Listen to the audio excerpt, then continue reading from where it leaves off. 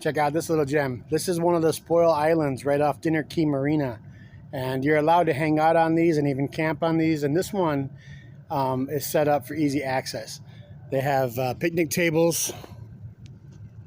I don't know, I guess you might not be able to see it. There's a fire pit right there even.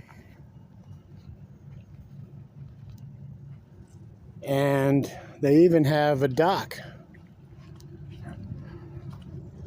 So I tied up this morning to give the cats some playtime. You can see this is Coconut Grove and Dinner Key Marina right here. There's at least 200 liveaboards anchored in the area, and the marina has 300 mooring balls available for rent as well as the slips.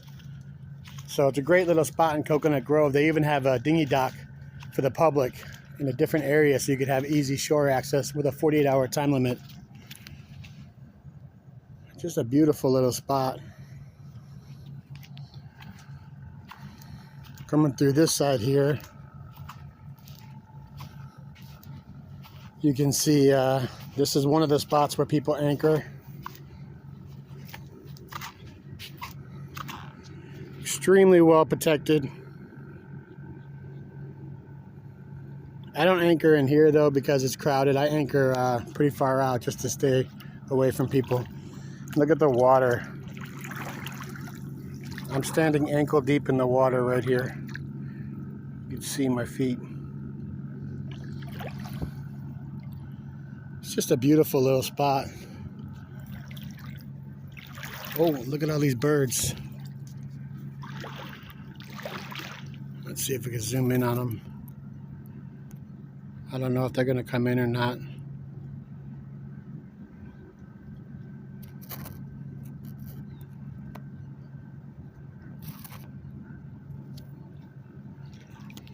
But I love Coconut Grove. I found it this summer and I keep coming back.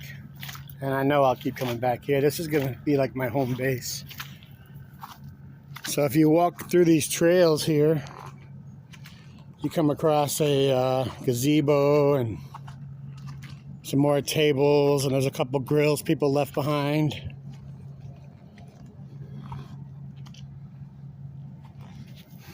So Coconut Grove off Dinner Key Marina. Great little place to come check out for cruisers.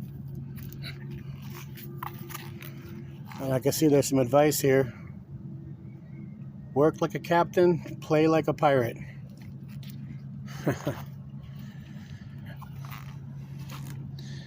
So I brought my cats out, and they came out because when it was still dark, but as soon as that first light hit, there's one of them right back near the boat, and the other one, he hides inside. Leaving that spoil island now. There it is. Beautiful little spot.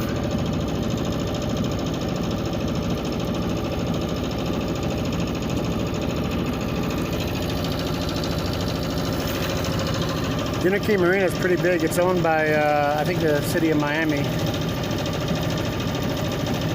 They're pretty boater friendly in this area for liveaboards too. There's blue. Blue. So I'm heading out now to where the main anchorage is. And well, people anchor all over the place here throughout the spoil islands and right off the Dinner Key Marina, but mostly the big mass of people where they anchor is right where near the public dinghy dock. But the closest you can get to the public dinghy dock is about a half a mile, and that area is packed with boats. So the reality is you got to go like a mile to get to the dinghy dock. So you need a good dinghy and motor. Lots of mega yachts in the area as well. Look at this sailboat tucked right into the mangroves. You see that a lot.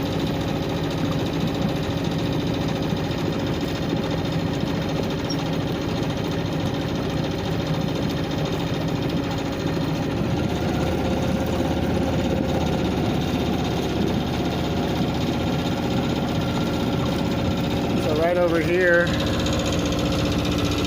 we're coming along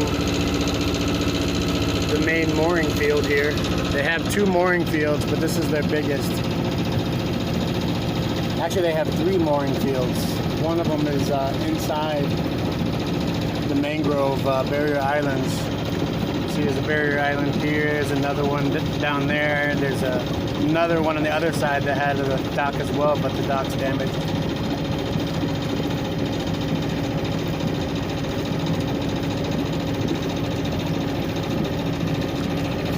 Zoom in a little bit.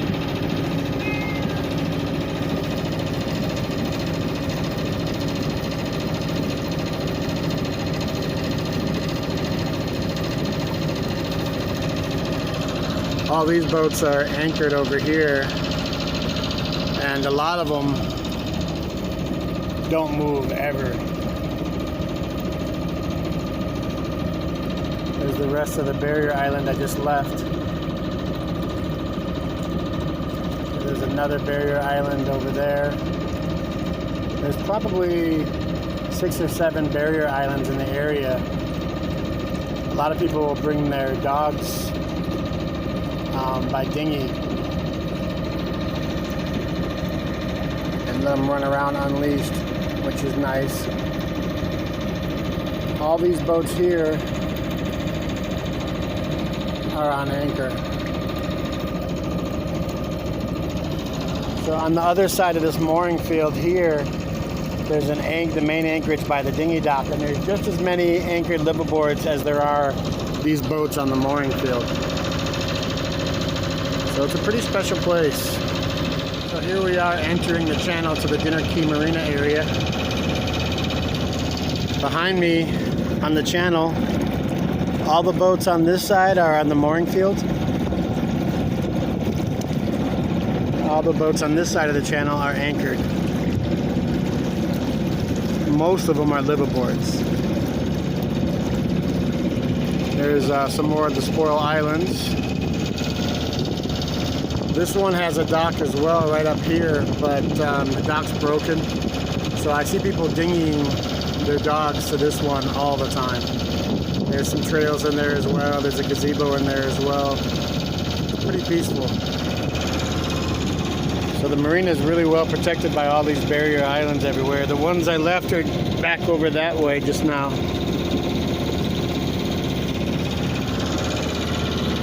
So here we are entering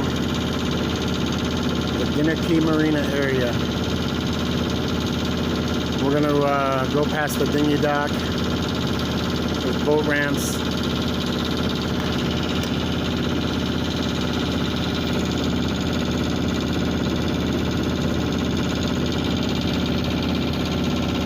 So even though this is kind of a city area, it's really easy to escape to nature here just by going a couple miles out into Biscayne Bay. And Biscayne Bay is 7 to 9 feet deep throughout most of the bay, so you could pretty much anchor anywhere you want.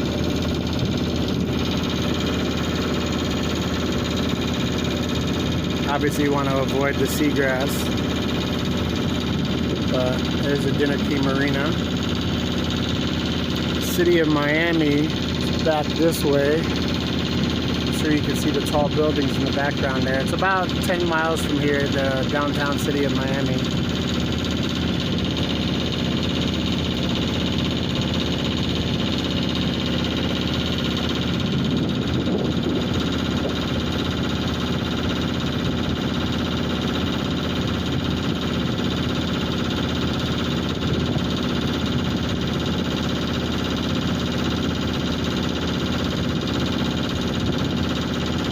Right here, this building here is the Dinner Key Marina clubhouse.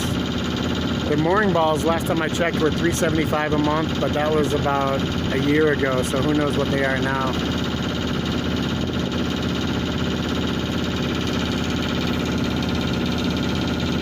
With the mooring ball, if you rent one, you have access to a private dinghy dock for the marina, as well as a shower facility, a laundromat, and they have 24-hour access to vending machines for sodas, snacks.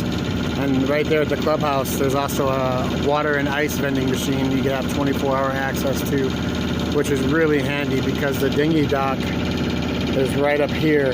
So it's a short walk to get water and ice. It's $3 a bag for a $10 bag, 50 cents a gallon for the water. So it's no more expensive than going to, you know, a grocery store. And the ice bags are pretty good size. A little bit more. It seems like it's a little bit more than the 10-pound bags you buy at the store.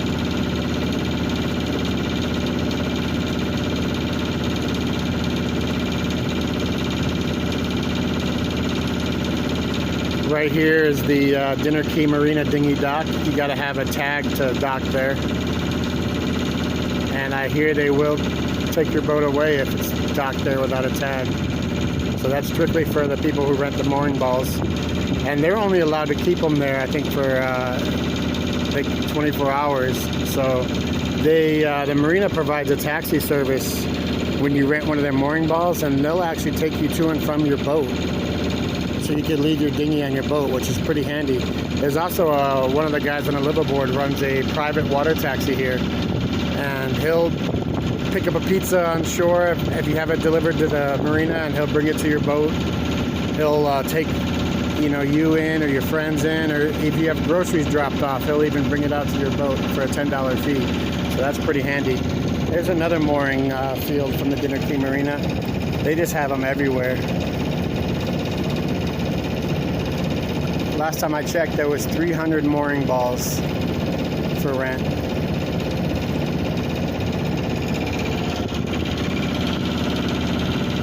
Here's Coconut Grove.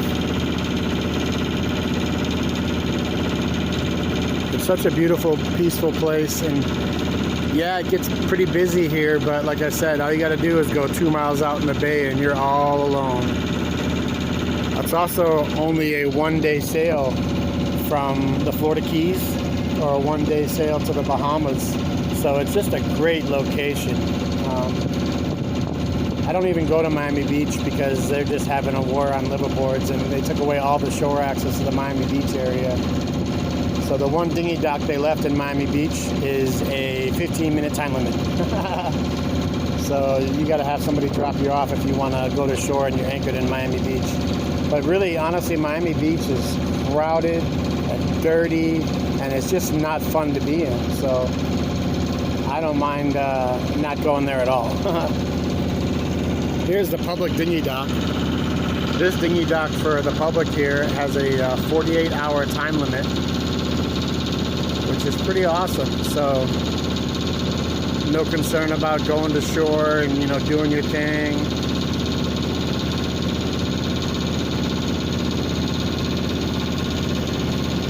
The dinghy docks are getting hard to find in Florida. Right outside this dinghy dock too, there's one of the free bus routes in Miami, and you can take it right to Aldi or right to Target, or even right to the Metro Rail, and then take the trains anywhere. So I mean, getting around this area is fantastic. There's a West Marine within a mile of here. There's dollar stores, discount grocery, hardware stores, everything you need within a mile. It's awesome.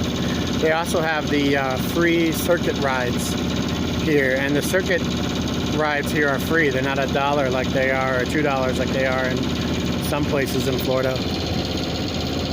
I don't ever use a circuit here because they have a limited route, and the bus is free right off the dinghy dock. And that takes me to Aldi, which is all I need for groceries.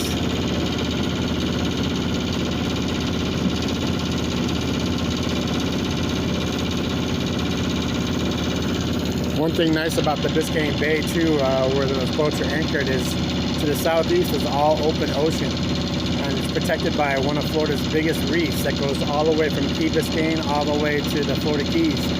So the bay is super protected. Even when it's blowing 15 knots, you might get a 1-foot chop. You know, it's super comfortable to anchor in, and a lot of fun to sail in, because it goes on for like 40 miles by like 20 miles wide. And so you get lots of wind, nothing's blocking the wind.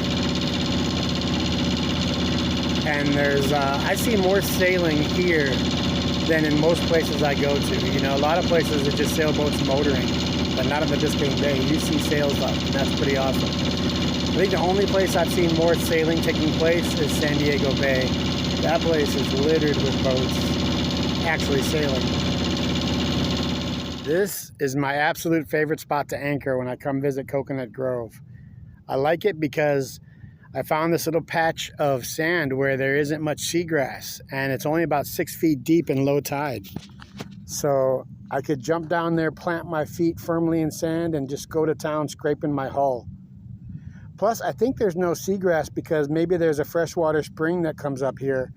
And I know this summer when I was here and the water temperature was in the mid-80s, air temperature was 105 degrees, the water just felt cooler right here than other places in the bay that I've anchored. So super refreshing on a hot summer day just to jump in and cool off. You can see there's boats scattered all around, you know. You can anchor in your own little private spot and just keep away from people. Or you can go over there to the main anchorages that are near the dinghy dock and kind of get in the crowd. But when you do that, you hear the generators running all night and the dogs barking, and you know how it is when you're a liveaboard cruiser. The whole bay here goes on for like 40 miles by 20 miles wide, so it's just great sailing. It's just good fun to put the sails up and sail around because none of the wind is blocked. Key Biscayne's 5 miles away, so I mean you're there in no time. And the water over there is turquoise, just like the Bahamas. It's just absolutely gorgeous. Fishing is off the chain, off the southern point, Bill Baggs State Park, off Key Biscayne, because that's where the Florida Reef starts. So, I mean, you go there and you can catch enough meat for the icebox for the week without much effort at all. Stiltsville is right there. I doubt it's showing up in the camera, but that's where those people built houses up on stilts and lived in them for many years, but now nobody lives there and the state won't let anybody live there anymore. But it's a pretty awesome place to go check out. The Florida Keys are a one-day sail that way, which is magnificent. Who doesn't want to visit the Florida Keys? And then the Bahamas, Bimini, is one-day sail that way. So it's a great location. The Florida Everglades are right around the corner from the Florida Keys, so it's a pretty awesome little spot. Coconut Grove, Biscayne Bay. Worth checking out if you're a liveaboard cruiser, for sure.